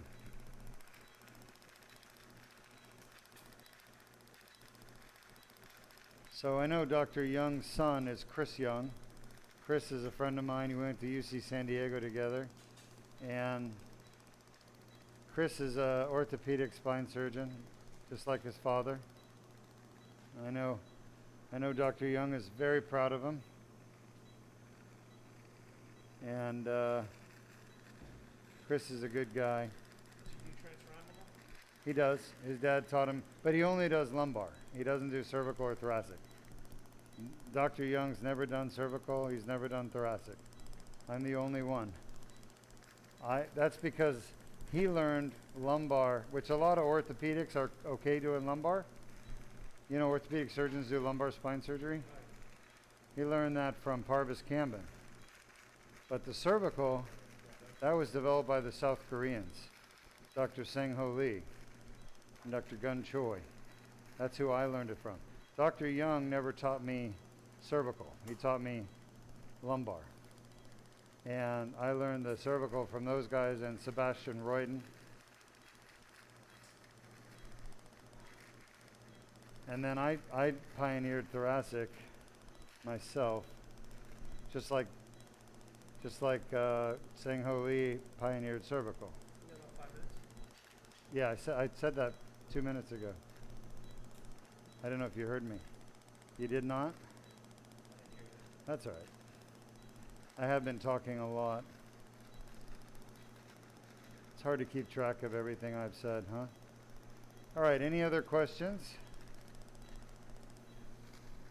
This is a big herniation here. We're getting rid of, just breaking it up into little pieces and getting it out. There's a bone spur right there. You guys see the bone spur turning orange? Yes, we do. It's really not getting anywhere near the nerve, so I'm not going to mess with it too much. I'm just going to get this mass of scar tissue and herniation out. Just about done. Sorry. Did you ask me something? Berndes? No. Henry, any more questions? Yes, we have a question from, the name goes by SHS. And their question is, so did you get through or around abnormal bone? Yeah, great question. So if you watch earlier, as I was trying to get into 5-1, I finally found a way. I had to go around the abnormal bone. And there was just like a little hole still left, you know? You know when you watch those movies like Star Wars, where they're flying the Millennium Falcon and the hole is closing like the giant worm coming out of the planet, and his mouth is closing as they're flying out of his stomach, and it go between the teeth and it snaps closed. Anyway, that's like that tiny bit of room left. That's what I had to navigate through, just like the Millennium Falcon did. So I couldn't go through the bone. The needle won't go through bone. It'll bend. It'll bend and just break, basically bend. And so you have to really finesse it. And that's the hardest part of what I do, to be honest with you, is finessing that needle. That needle finessing technique is everything. This whole surgery depends on me getting that needle in properly. And I could tell you it's challenging. It's not easy. That's why neurosurgeons don't do the surgery. We don't do needle procedures. It's mostly pain management doctors that use a needle. 1 minute. We have another question. Sure. This comes from, I'm so sorry if I mispronounced your name, Anouk. That's a long name. Anouk. I just hope I pronounced it right. And they're from YouTube, and they asked, why is thoracic herniation calcified so dangerous? Oh, why? Because it's right up against your spinal cord, pushing on it, and you have to drill it or ultrasonic it, and you're basically working against the spinal cord, which means you could paralyze the patient with 1 millimeter wrong move. That's why. Most surgeons won't do it. Plus, the only way to get to that calcified herniation is to go and remove ribs and stuff out of the body. And it's very invasive surgery. Frequently you have to drop the lung, work next to the heart. So those are extremely risky types of procedures. Most spine surgeons don't think the risk is worth it. You know, they don't want to harm the patient, which is good. They don't want to harm the patient, but at the same time, if you're going paralyzed from it, then you need to have it done. So I got to be honest, though, I haven't seen too many calcified thoracic discs that need surgery. So I would recommend, if you have a thoracic disc problem, come see Duke Spine before you commit yourself to an invasive surgery. It could hurt you.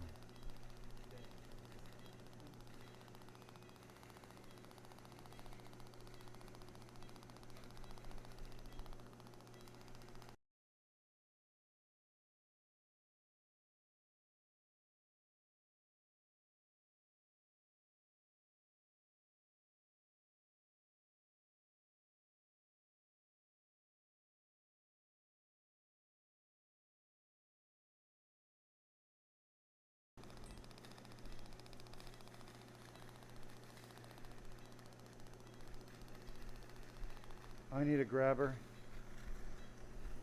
This is it. We're just about done. This is 5-1 on the right side.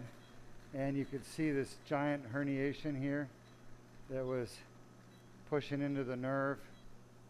I'm trying to get out as much as I can. That's another thing I like to talk about is the herniations.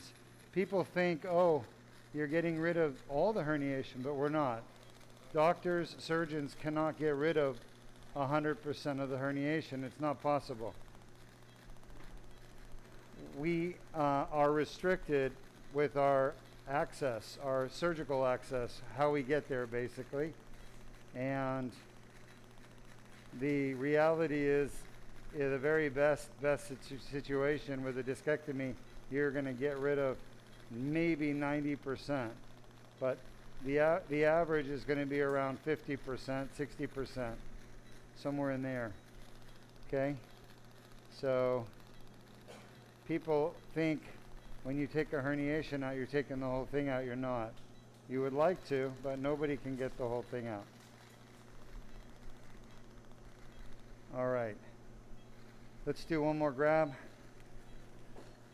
Just about done.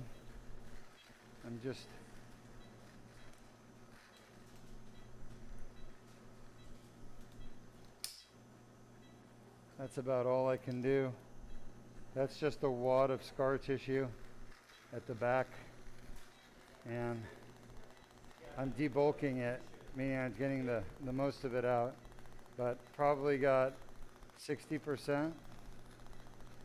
And that should be enough to get rid of his symptoms. All right, we are done. Lights on, we're done. Now, because of his spine anatomy, we had to do irrigation. Be prepared, guys. I had to do 2 incisions on the left side, 1 on the right.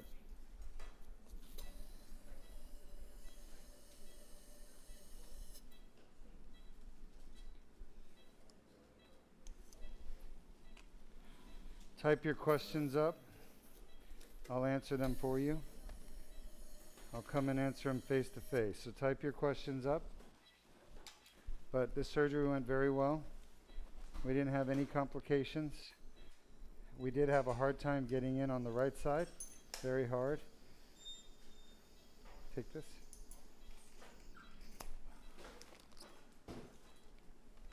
For those of you who want to see what the scope looks like, that's what it looks like. And let's show the incisions. You guys see this here, Henry? Yes, we do. 2 tiny incisions there, 1 tiny incision here. Great job, everyone. Thank you for your help. And type up your questions, folks. If you know somebody who does have back or neck pain, feel free to use our free MRI review.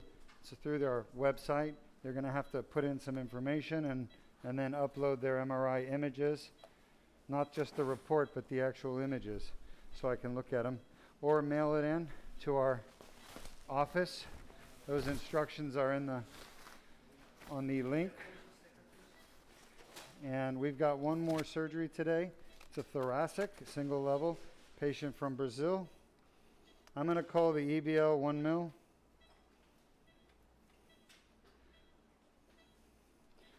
All right, and we'll see you guys in a few minutes.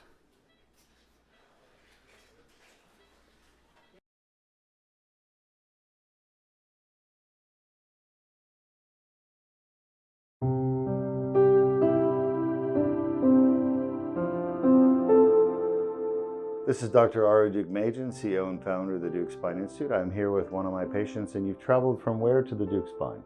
Idaho. Idaho, with your lovely husband, and we've had a few conversations. She came here to have her back fixed. How long have you had back pain for? For over 7 years. Okay. And what kind of work did you do before you retired, if you don't mind me asking? It was desk work. All right.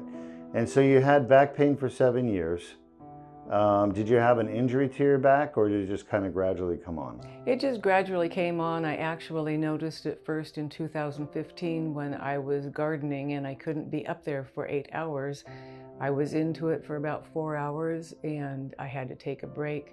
And as time progressed, my breaks got longer and longer, and the amount of work I did in the garden was less and less. Understood. And you're retired now.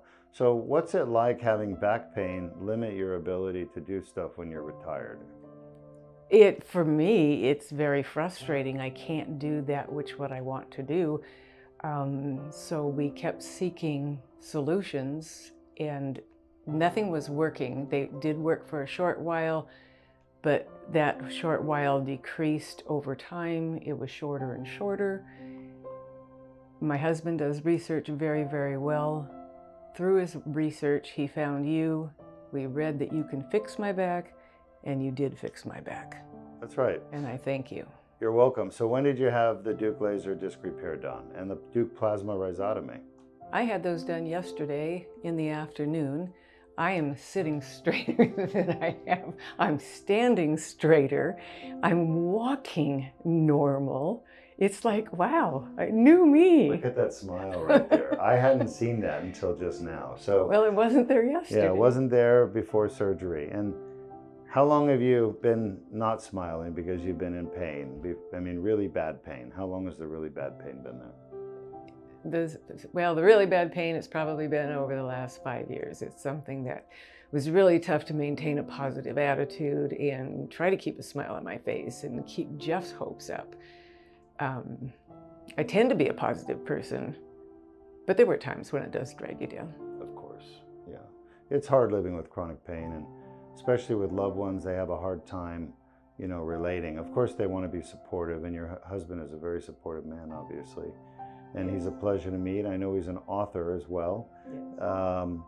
And so what are you going to do now that you've had the surgery? And you could see actually the Duke laser disc repair procedure she had done yesterday. You can see right here, we went into the discs that were damaged. You had 2 annular tears. We tested your discs during the surgery, and indeed they were causing your pain. So we verified that with our discogram. And then I went ahead and used the laser to clean up the tears that were causing your pain and get rid of that source of pain for you.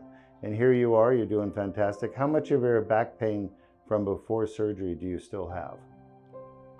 Oh, virtually nothing. It's gone. It's gone. Cured. My lower back, I have not been without pain in my lower back until your surgery. It's constant, it's always there. I've never been without it. I'm without it now. So are you going to go back to gardening? You bet I am. All right, very good. And what other things would you like to do now that you have a new back that doesn't hurt you anymore? The biggest thing I want to do, I want to go fly a kite. Good for you. Let's go fly a kite then. That's right.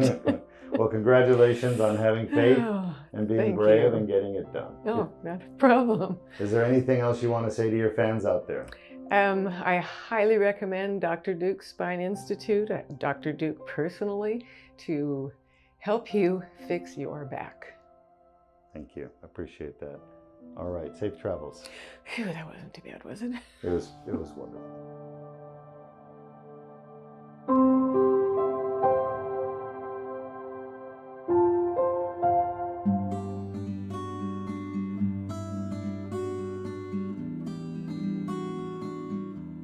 And good morning, I'm Dr. Duke-Majan. I'm here with one of my lovely patients from Canada who's visited us because her back has been hurting for 7 years. She's had a herniated disc that she's been kind of monitoring at L5-S1.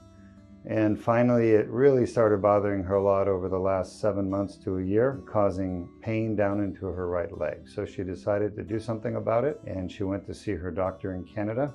who then said, yeah, I'll have you see the specialist in 3.5 years. Well, that wasn't going to work for you, right? No. Yeah, because you don't want to live in pain for 3.5 more years. And even then, you don't know what you're going to be offered. But she found the Duke Spine Institute and learned about the Duke laser disc repair endoscopic surgery. And you had it done yesterday. Yes, yeah. How are you doing? I'm feeling great today. I have no pain in my back. I have some tight muscles from me having to walk very oddly for quite a while due to the sciatic pain. I must say, this is the happiest I've been in a very long time to be able to stand up straight and go for a walk. Because I'm an active person as is. I ride horses for a living, so having to be locked up in my room for the past while has not been good. So this has felt amazing, amazing. So you're happy with the results? Very. I feel very hopeful also to be able to do what I want to for the rest of my life. Yeah, after we let the disc heal, right? Yes, full year of nothing, and then we can. Yeah, I wouldn't say nothing, but you know, horseback riding, it's one of those things where I love horses and I love riding horses. I'm not very good at it, but I'm one of those people you see bouncing up and down, up in the saddle. So I know that it can be rough on your back, and I just want to make sure you give your back a full year to heal. So you can see in your surgery right here, we actually tested your L5-S1 disc with a discogram, which is a test done to verify that that disc is indeed causing your back pain. And when we tested it, you said, and we asked you how bad it was, you said 10 out of 10 pain. And I said, is that your typical pain you get every day? And you said, yes, it is. So we verified the source of your pain was the L5-S1, and you can see the laser was used to clean the tear endoscopically. Your incision was only a 1/4 inch, and there's no need for fusion or metal or artificial discs. This surgery replaces fusion and artificial discs. What are you going to do now that you're feeling better? Well, it's, again, don't worry, I will take it easy, I promise. But no, I'm going to be, after this, this year, I hope to be the strongest I've ever been, and I have very high hopes and whatnot. My dream is to make actually the Canadian Olympic team for my sport, and that's end goal, and I feel like it's a possibility now. Absolutely. Do it. You can. Yeah. We're rooting for you. Mm-hmm. And I know you have an incredibly supportive husband who's been by your side the whole time. He's a delightful young man, and I've had time to talk to him as well. So you're lucky you have support from your family to help you get through this. Yeah. Anything you want to say to your fans out there?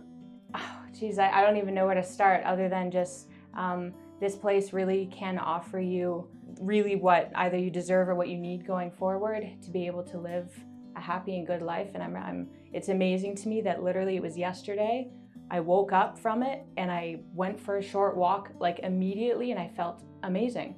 So it's it's very hopeful, and if there's you are suffering from any of it, don't wait, especially for the Canadian system. Come and do this. It's worth it. It's really worth it. Awesome. And I'm going to be, and my whole team is going to be watching the equestrian sports in the Olympics, looking to see for you to be there. Yes. All right. Awesome. And Amazing. of course, supporting you. Thank you. Yeah. All right. Congratulations. Thank you. All right. Take care.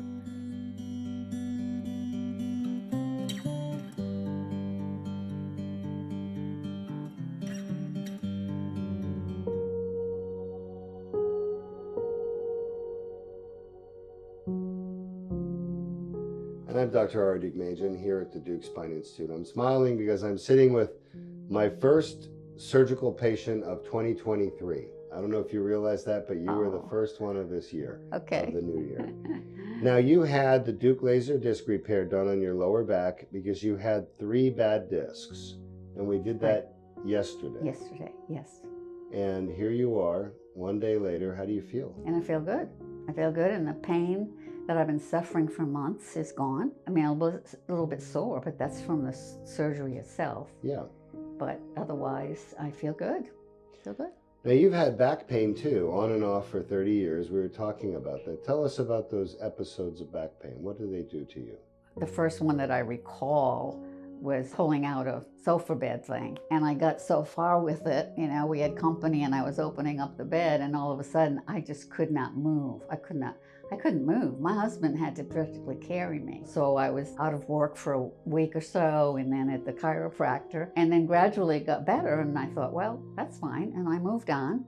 And then, You know, had a couple other times like that. One time I was drying my hair, getting ready for work, with the blow dryer going like this with my hair, and all of a sudden, it's like I couldn't move. I couldn't move my arm down. I couldn't, I mean, it was that quick. Yeah. And just, I was out again for another week, laying in the bed and doing all that stuff. And then I thought I was fine, but I always, not always, but for many years now, probably at least those 30, I had lower back pain, where in the morning I couldn't bend over to brush my teeth. You know, that would really hurt. Yes. So I had that. Do you have that pain now? No, I don't think so. It's gone. The pain this morning, I was the first time in a long time I've gotten up first thing in the morning and was able to walk and not have that awful pain, because first thing in the mornings was the toughest. I'm so happy for you. So how is this surgery going to help you in your life? Well, hopefully I can, once I can at least walk again. I was not able to barely walk with a walker. I was very active in my church, in my community. So you want to get active again? And being in such pain now since July, and this is the new year, I'm anxious to get back to, you know, my life. Yes, of course.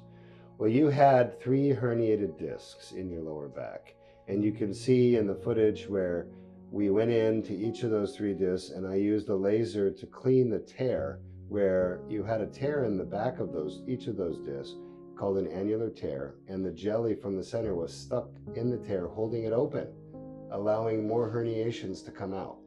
So I got rid of the jelly that was in there using the laser, cleaned out the tear, and now your body will be able to heal that for the first time in 30 years. So I don't expect you to ever have that pain ever again. Thank you. You're welcome. I am so thankful. Well, you had faith, I and am. you found. Well, thanks for joining us. I'm Dr. Duke Majan, and we've just completed our second very long endoscopic spine surgery of the day. Most spine surgeons that do endoscopic surgery or any type of spine surgery, they usually only will fix one disc problem at a time. At Duke Spine, we try to fix everything. We can fix up to 6 different areas on the discs in one surgery. And why do we do that? We do it because if we were the patient, we wouldn't want to have to come back for 6 surgeries. We want to have one surgery and get it all done. So we treat the patients the same way we would treat ourselves. In other words, with tremendous respect and dignity. This patient had 4 discs that needed to be repaired. I didn't make him come back 4 separate times, charge him 4 separate times. The truth is, nobody should have to endure that. But that's what insurance companies want. They want us to do one thing at a time. They only pay for one thing at a time.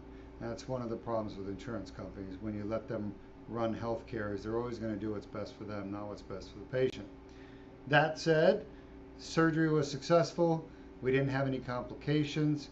The hardest area to get into was that L5-S1. I had to go through this, and there's actually another bone right here. You can't even see it. It looks like this. It's called the iliac crest. And I had to work through this tiny little space there to get into the disc from the side. So hopefully you can appreciate that. It went well. Got everything done. I think the patient will do fantastic. The first patient's already gone. He had all of his pain is gone. He was so happy. His wife was happy. Everybody's happy. You know, it just made me think about my father, who was an OBGYN, and he told me, I said to him, Dad, what do you like about your job? What do you like about being an OB-GYN? When I was just a kid, he said, because I'm with people during the happiest time of their life, when they're having a baby, right? That's when people's happiest time of their life. And I thought, wow, that's special. But I just can't see myself dealing with that part of the body down there every day, delivering babies and dealing with that area. So I never knew what I was going to do, but I somehow made it to medicine. And now guess what? I'm delivering too. I deliver herniated discs. So what I do is not so different, and people are very happy. So actually, I followed my dad's footsteps with delivering, but a little bit different than working in the pelvic area. I'm working in the spine. All right, we'll take our questions. This is the first question. Comes from April on Facebook. And this was a follow-up question from the previous question of why thoracic herniation calcified so dangerous. April's question is, but as long as it's not pressing on a nerve or causing pain, that's not an issue, right? Yeah, April, you are correct. So thoracic disc herniations that are calcified or not calcified are like every other disc herniation in your body, whether it's lumbar, lower back, neck, or thoracic. If there's no pain, and there's no symptoms of nerve compression, spinal cord compression, there's no need to treat it. Leave it alone. I have a herniated disc in my back, a big one. I have a degenerated disc actually, pretty bad. And it caused me pain one time about 12 years ago. 12 years ago, I was in the pool, I had my kid on my shoulder, we were playing around, threw him off, and I had a sharp pain right around L2, L3. I thought I had cancer in my spine. I was freaking out. So it went away after about 30 minutes, the pain did, and I went and got an MRI, worried I was going to see a fracture or a tumor. No fracture, no tumor, just a herniated disc, degenerated disc. It's been there for a while, and the pain hasn't come back in, what, 12 years, 13 years? So I haven't done anything about it. You leave it alone. You know, it's not causing any nerve symptoms. It's not causing back pain, but it looks pretty bad on the MRI. And if I had pain in that area, I know exactly what needs to be done. I would just have to clone myself to do it. All right, who's next? Last but not least, we have a question from Darren on Facebook, and they asked, how old should the MRI be? So Darren's asking if we want to send an MRI for Dr. Duke Majan to look at and figure out what's wrong, how old should it be? Ideally, less than a year old, 12 months. But we understand how hard it is to get MRIs out there, so I have Sam here listening to me. We're flexible.